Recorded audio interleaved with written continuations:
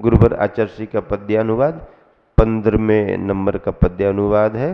हाँ, स्वयं रहा सुचितम शिवपथ जिस पर चलते बिन होश कभी, अज्ञ तथा निर्बल जन यदि वे करते हैं कुछ दोष कभी, उनके उन दोषों को ढकना कभी प्रकाशित नहीं करना, उपगुहन दृग अंग रहा है अनंग सुख प्रद उर धरना। अब अगला अंग है स्थितिकरण। स्थितिकरण अंग के उच्चारण के लिए तैयार हो। 16वें नंबर का श्लोक है। दर्शनाचरणाद्वापि चलताम धर्म वत्सलै, प्रत्यवस्थापनम प्राज्ञैः स्थितिकरण मुच्यते। एक साथ मिलकर, दर्शनाचरणाद्वापि चलताम धर्म वत्सलै, प्रत्यवस्थापनम प्राज्ञैः स्थितिकरण मुच्यते। धर्म वत्सलै, धर्म स्नेही जनों के द्वारा, दर्शनात् सम्यक दर्शन से, चरणात् चारित्र से, व अथवा ज्ञान से भी, अभी भी चलता विचलित होते हुए पुरुषों का, प्रति अवस्थापनम फिर से पहले की तरह स्थित किया जाना, प्राज्ञ ही विद्वानों के द्वारा, स्थितिकरणम उच्यते, स्थितिकरण अंग कहा जाता है। ये कार्य कौन करता है? धर्म वत्सलै, जो धर्म के प्रति प्रेम का भाव रखता है वह ऐसा कार्य करेगा। कोई अगर अपने सम्यक दर्शन से विचलित हो रहा है, कोई अगर अपने सम्यक ज्ञान से विचलित हो रहा है मान्यताओं में, कोई अगर अपने गृहीत वृत्तों में सम्यक चारित्र से विचलित हो रहा है, छोड़ने के भाव कर रहा है, कोई अपने परिवार को छोड़ करके दूसरी समाज में जाने का भाव कर रहा है, इस समाज में ही नहीं रहना, इस परिवार में ही नहीं रहना, इस धर्म में ही नहीं रहना, कोई अपने कुल को छोड़ करके दूसरी जगह जाने को तैयार हो, और अगर ऐसी जानकारी मिल गई, बुराई करने का समय नहीं है, बुराई तो उसकी फैल ही रही है, लेकिन अब क्या करें? अगर अपने प्रयास से उसका मन बदल जाए और वह अपने ही धर्म में, अपने ही समाज में, अपने ही परिवार में, अपने ही रत्नत्रय में टिकने को फिर से तैयार हो जाए, तो ये बहुत बड़ा पुरुषार्थ माना जाता है और बहुत बड़ी ये धर्म की प्रभावना मानी जाती है। ऐसा काम सामान्य जन नहीं कर सकते हैं। आजकल तो लोग और गिराने के लिए उत्सुक होते हैं, संभालने वाले कम होते हैं। एक व्यक्ति ने पूछा, दो मित्र थे, उन्होंने कहा, एक मित्र ने कहा, अगर मैं बहुत मेहनत करके एवरेस्ट की चोटी पर चढ़ जाऊं तो तुम क्या करोगे मेरे लिए? अगर मैं एवरेस्ट की चोटी पर चढ़ जाऊं बहुत पुरुषार्थ करके, तो मुझे क्या दोगे तुम? तो बोला, धक्का देंगे। क्या देंगे? क्या देंगे? अब बेचारा इतनी मेहनत करके तो एवरेस्ट की चोटी पर चढ़ा, और वो पूछा तुम मुझे क्या दोगे? वो सोचा था कोई पुरस्कार वगैरह देंगे, तो पुरस्कार देना तो दूर की बात है, क्या कहने लगा, हम तो तुम्हें धक्का देंगे। संसार में गिराने वाले लोग तो बहुत हैं। कोई किसी की बढ़ती देख नहीं सकता, कोई किसी के बारे में भला नहीं सोच सकता। ये तो सम्यक दृष्टि धर्मात्मा व्यक्ति है, जो अपने बारे में भी अच्छा सोचता है, दूसरों के बारे में भी अच्छा सोचता है, यहां तक कि बुरे व्यक्ति के बारे में भी अच्छा सोचता है। जिसने दूसरों के लिए बुरा किया, उसके वो अपने प्रति भी अगर बुरा किया तो भी अच्छा सोचता है। ये कौन सोचता है? कौन सोचता है? रामचंद्र जी ने सीता को निकाल दिया, सीता ने कोई प्रतिकार नहीं किया, कम से कम कुछ आर्गुमेंट्स तो कर सकती थी ना, कि तुम क्यों मेरे लिए ऐसा कर रहे हो? मेरा भी तो हक बनता है। और आज की सरकार तो बराबर बराबर तक आरक्षण देने को जा रही है, सहयोग देने को जा रही है। तुम कहां की बातें कर रहे हो? हैं? जरा सी तुमने बातें सुन ली और तुम बाहर निकालने का आदेश दे दिए। नहीं, अगर चाहती तो वो अड़ जाती। नहीं, तुमने कह दिया मैं चैलेंज देता, कोर्ट में चैलेंज देती हूं। अब फिर क्या करते रामचंद्र जी? कोर्ट में चैलेंज दे देती तो रामचंद्र जी क्या करते? जज बुलाते, चलो आओ आप अपने करो, क्यों उसके लिए बाहर निकाल रहे हो? उसका भी तो राइट से बनता है ना। रामचंद्र जी कोई जवाब नहीं दे पाते, लेकिन सीता ने ऐसा कोई रास्ता नहीं निकाला, ना कोई तर्क वितर्क किए, न रामचंद्र जी को कोई दोषी ठहराया, न रामचंद्र जी के इस तरह के आदेश देने में कोई उनके प्रति घृणा का, गिलानी का, निंदा का, बुराई का भाव आया। कृतांत वक्र सेनापति रथ में बिठाल करके जैन पुराण के अनुसार तीर्थ यात्रा के नाम पर गहन वन में ले गया, उतार दिया। तीर्थ यात्रा तो एक तरफ हो गई, वनवास शुरू हो गया। जब वह कृतांत वक्र लौटने लगा तो उसने कहा, स्वामी के लिए कोई आपका संदेशा? मैं क्या जाकर के कहूंगा? कुछ कहना चाहती हैं क्या आप? पत्रकार बन गया थोड़ा सा। आप कुछ कहना चाहते हैं क्या? आपकी प्रतिक्रिया कुछ? स्वामी के लिए आपका कोई संदेश? तो सीता कहती है कि मेरा केवल यही संदेश मेरे स्वामी श्री राम से कहना कि लोगों के कहने में आकर के, उनकी बातों को सुन करके जिस तरह तुमने मुझे छोड़ दिया है, अगर कोई कुछ कह देते हैं तो ऐसे लोगों के कहे में आकर के आप अपने धर्म को नहीं छोड़ देना।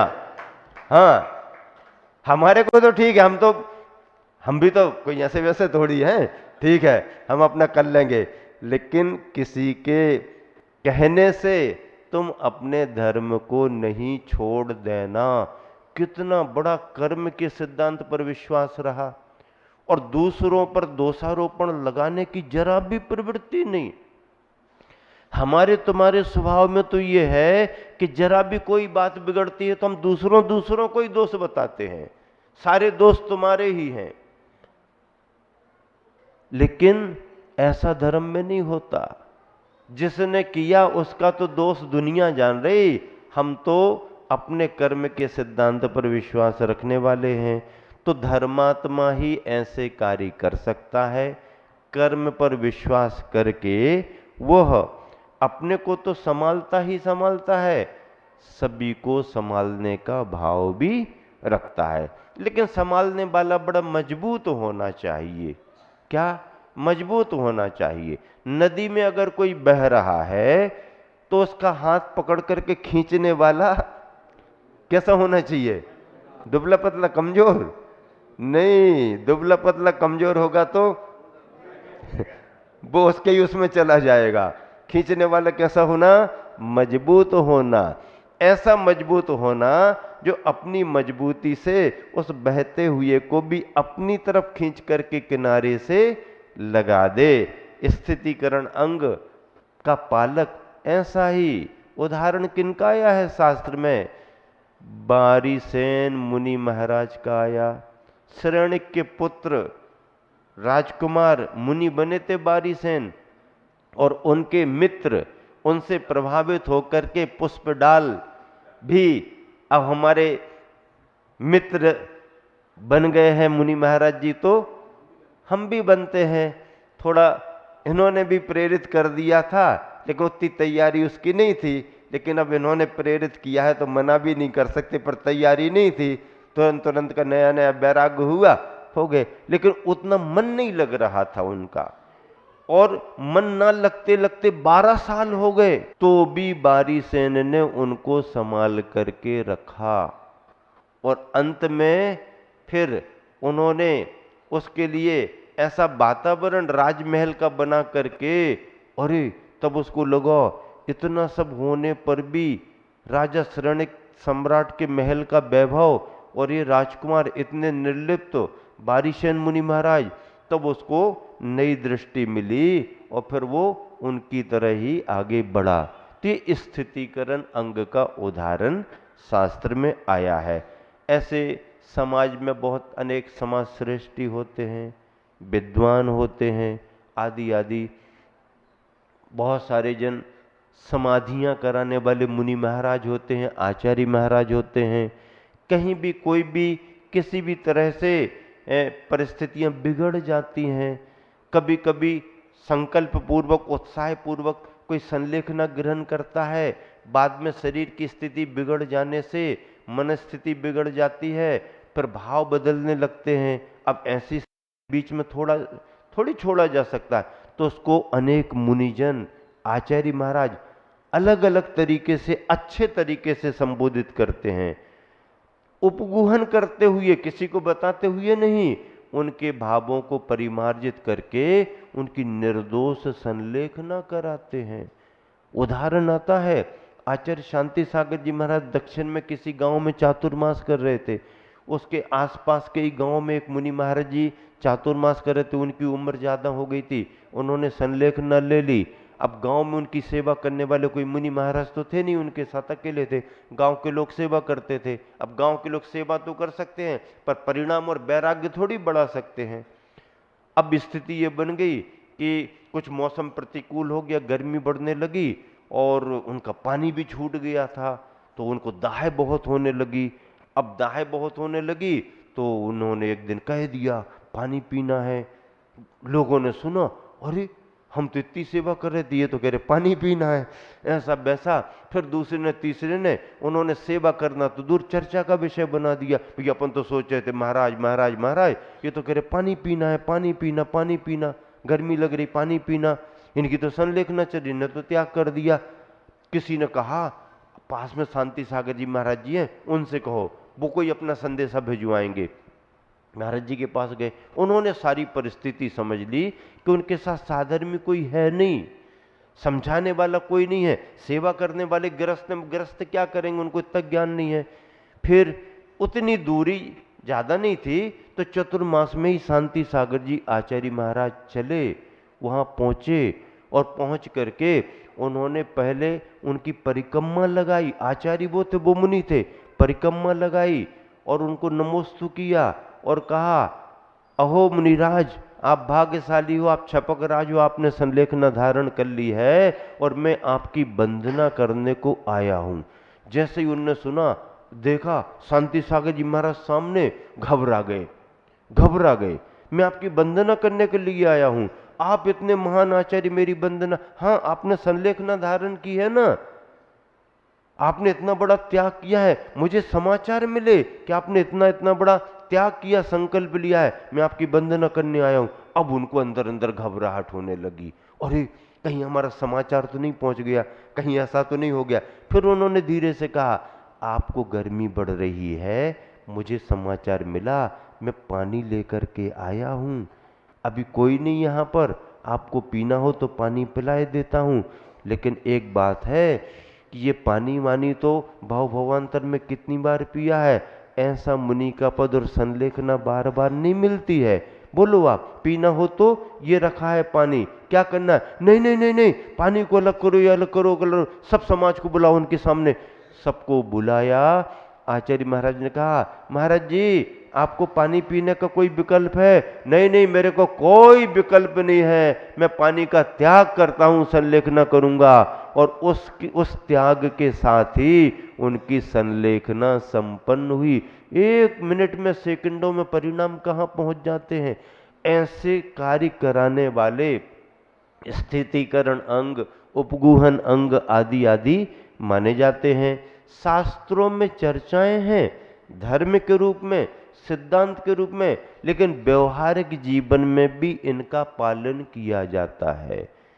ये धर्म ग्रंथ की ही बातें नहीं है, ये हमारे व्यवहारिक जीवन की बातें हैं, सम्यक दर्शन के परिणाम के साथ।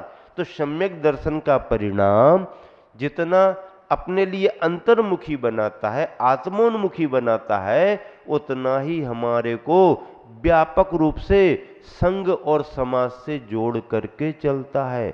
संघ के बारे में भी सोचना पड़ता है, समाज के बारे में भी सोचना पड़ता है, समाज के प्रत्येक परिवार के बारे में सोचना पड़ता है।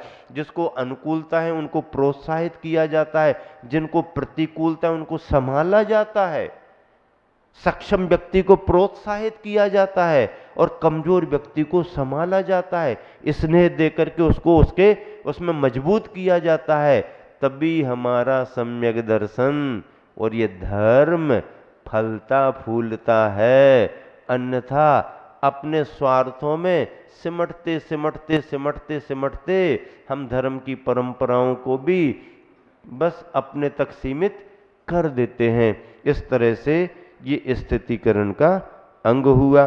दोहा मिलकर के पढ़ें। विचलित जो दृग चरण से रख वृष करुण उमंग, करे पुनः स्थिर वहीं करण स्थिति अंग। 16वें नंबर का पद्यानुवाद निकाल लें। देखो बहुत अच्छा पद्यानुवाद आचार्य ने लिखा है। समदर्शन या पावन चारित यद्यपि पालन करते हैं, खेद कभी यदि उनसे गिरते बाधक कारण घिरते हैं। धर्म प्रेम से विज्ञ उन्हें बस पूर्व स्थिति पर फिर लाते, स्थितिकरण दृग अंग वही है अपनाते निज घर जाते, अपनाते निज घर जाते। देखो आचार्य जब व्याख्या करते थे स्वाध्याय कराने में तो इसको बड़ी व्यापक व्याख्या करते थे। कई बार हम लोगों ने सुना, मतलब उनकी व्याख्या करते करते उनके भाव इतने भावुक होते थे कि वह धर्म की इन बातों को, सम्यक दर्शन के इन परिणामों को समाज शास्त्र से जोड़ करके चलते थे। हाँ, समाज का संरक्षण कैसे हो, प्रत्येक परिवार का संरक्षण कैसे हो। हम दूसरे समुदाय के व्यक्ति को तो अपना बना नहीं पा रहे हैं। हमारा व्यक्ति अगर हमारे से ही टूट करके चला जाए फिर हमने क्या संभाला, हमने क्या किया, इत्यादि प्रकार से ऐसे भाव अपने बना करके समाज का संरक्षण होना चाहिए।